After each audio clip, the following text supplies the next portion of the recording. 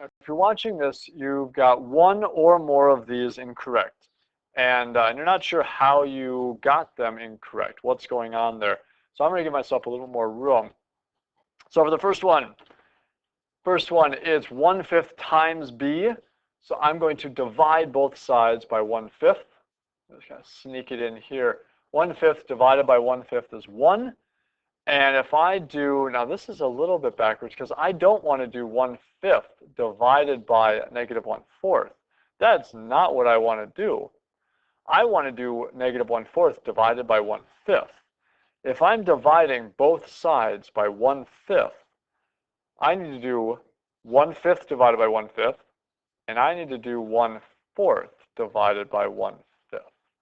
With multiplying, that doesn't really matter which way you do it, because it's not multiplication is commutative. Division is not commutative. And so here I've got 1/5 divided by 1/5. That's just 1.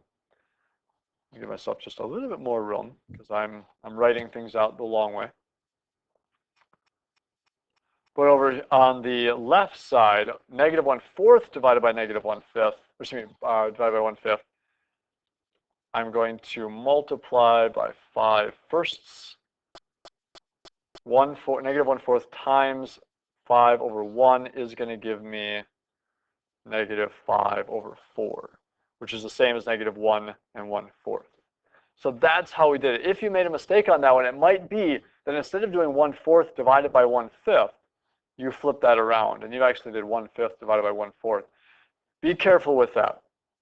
It's an easy mistake to make, but think about what you're doing. If it's times 1/5 and you do divided by 1/5, it should say divided by 1/5, not the other way around. That's an easy mistake to make, and it'll take some practice.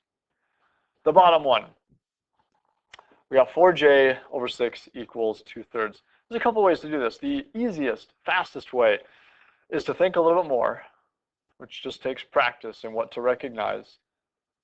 Is 4/6 the same as 2/3? Yes. 4/6 and 2/3 is the same thing. You can reduce 4/6 divided by 2 divided by 2, 2/3. They're the exact same thing, which means j would have to be 1, because if j was 2, it'd be 8/6. That's not the same as 2/3. So the only way to keep 4/6 the same is to have j 1. If that didn't make sense, if you just kind of went, huh? What? Let's do it a different way. All right, let's look at it a different way. Let's look at it as a two-part problem. This says divided by 6. I'm going to do times 6. Times 6.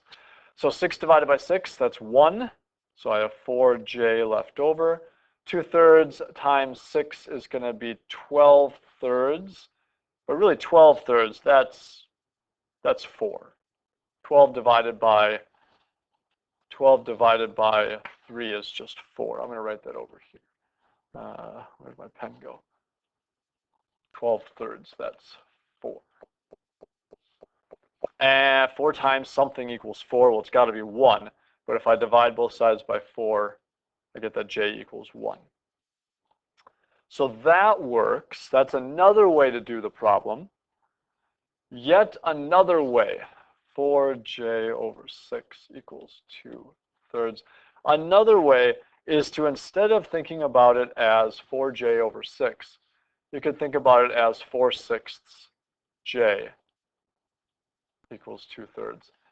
Because that's times, and it's kind of like 4/6 times j. So then you could divide both sides by 4/6. And again, I'm doing divided by 4/6. So I'm doing divided by 4/6. That is correct. Oops. I take the reciprocal and I multiply 6 over 4. I end up with 12/12, which is 1. So j would equal 1. So no matter how you cut it, j still equals 1. I like this way the best, personally, but you can certainly do it the other way.